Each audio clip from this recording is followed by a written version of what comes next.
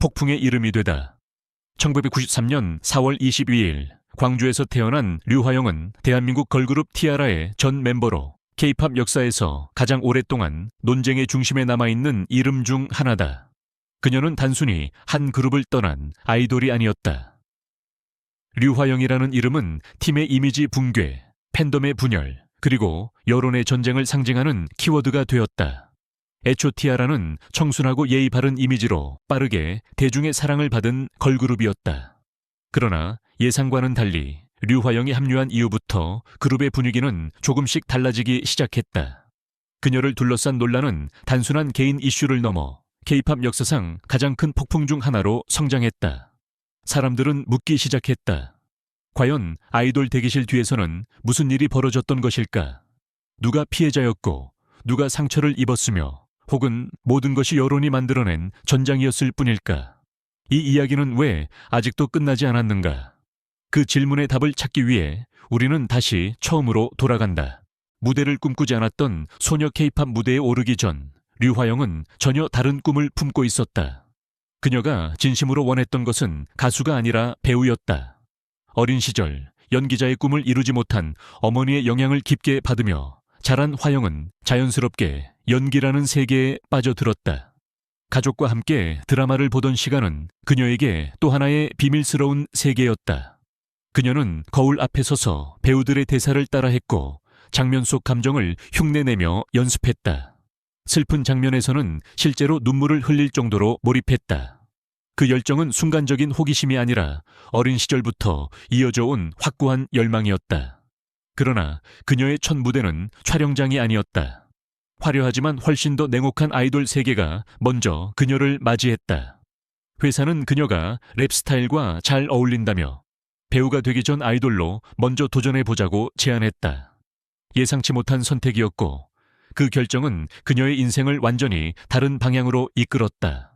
이미 완성된 팀에 들어오다 짧은 시간 안에 류화영은 티아라의 새로운 멤버로 합류했다. 문제는 그 시점이었다.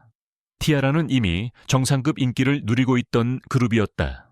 수많은 히트곡, 광고, 예능, 해외 활동까지 모든 것이 이미 완성된 상태였다. 그런 팀에 새 멤버로 들어온다는 것은 축복이자 동시에 짐이었다. 그리고 류화영에게 돌아온 것은 따뜻한 환영이 아니었다. 일부 안티들은 그녀를 향해 날을 세웠다. 막내 자리를 빼앗았다. 랩 파트를 가로챘다. 늦게 와서 성과만 챙긴다. 이런 말들은 빠르게 퍼져나갔다. 다음 카페, 네이트판 등 온라인 커뮤니티에서는 그녀의 존재를 두고 끊임없는 논쟁이 이어졌다. 팬미팅 현장에서는 데뷔 멤버들에게만 응원 슬로건과 배너가 집중됐다는 이야기가 돌았고 무대 영상이 올라올 때마다 그녀의 파트에는 유독 많은 비추천과 조롱 댓글이 달렸다. 그 순간부터 류화영은 이름보다 논쟁으로 불리는 존재가 되었다. 쌍둥이 자매라는 서사 류화영은 혼자 연예계에 들어온 인물이 아니었다. 그녀에게는 쌍둥이 언니 효영이 있었다. 효영은 미스 춘향 대회 우승과 예능 프로그램 출연을 통해 먼저 대중의 관심을 받았다. 청순하고 맑은 분위기의 효영은 여러 기획사들의 눈길을 사로잡았고 그 관심은 자연스럽게 화영에게도 이어졌다. 언니가 먼저 주목을 받았고 그 뒤를 이어 등장한 화영을 두고 대중은 질문을 던졌다. 이것은 운명적인 쌍둥이의 데뷔인가? 아니면 치밀하게 계산된 전략인가? 닮은 얼굴, 비슷한 분위기, 함께 준비한 서사는 언론의 흥미를 자극했다. 그러나 그 비슷함은 곧 비교로 바뀌었다. 누가 더 빛나는지, 누가 더 주목받는지, 누가 먼저 성공할 것인지가 끊임없이 저울질되었다. 그리고 훗날 이 자매의 연결고리가 K-팝 역사상 가장 큰 논쟁 중 하나의 중심이 될 것이라고는 아무도 예상하지 못했다. 천사라는 이미지 무대에 오르기 전에 류화영은 조용하고 단정한 이미지로 알려져 있었다. 그녀는 조부모와 함께 자랐고 어릴 때부터 예의를 철저히 배웠다. 부모에게도 존댓말을 사용할 정도로 전통적인 가정교육 속에서 성장했다. 한 방송에서 자신의 강점을 묻자 그녀는 주저없이 거짓말을 못한다, 유머러스하다, 예의가 바르다 고 답했다. 여러 인터뷰에서도 치열한 아이돌 세계 속에서도 순하고 조용한 성정을 지닌 인물로 그려졌다. 그렇게 류화영은 빠르게 티아라의 새로운 천사라는 별명을 얻게 된다. 그러나 빛이 강할수록 그림자는 깊었다. 완벽해 보였던 이미지 뒤에서는 서서히 균열이 드러나기 시작했다. 2012년 7월 모든 것이 무너지다. 2012년 7월 류화영은 발목 부상으로 티아라 콘서트에 참여하지 못한다. 그 직후 일부 멤버들은 의지가 중요하다는 내용의 트윗을 올렸다. 그리고 화영은 때로는 의지만으로는 부족하다는 글로 응답했다. 이 짧은 문장들은 순식간에 불씨가 되었다. 대중은 이것이 내부 저격이 아니냐는 의심을 품기 시작했고 왕따 논란은 걷잡을 수 없이 번져나갔다. 온라인에는 따돌림 정황이라 주장하는 영상과 자료들이 쏟아졌고 티아라의 이미지는 급격히 추락했다. 그리고 2012년 7월 말 소속사는 개인 사정을 이유로 류화영의 팀 탈퇴를 발표한다. 피해자 프레임과 붕괴 그 시점에서 여론은 거의 완전히 류화영의 편이었다.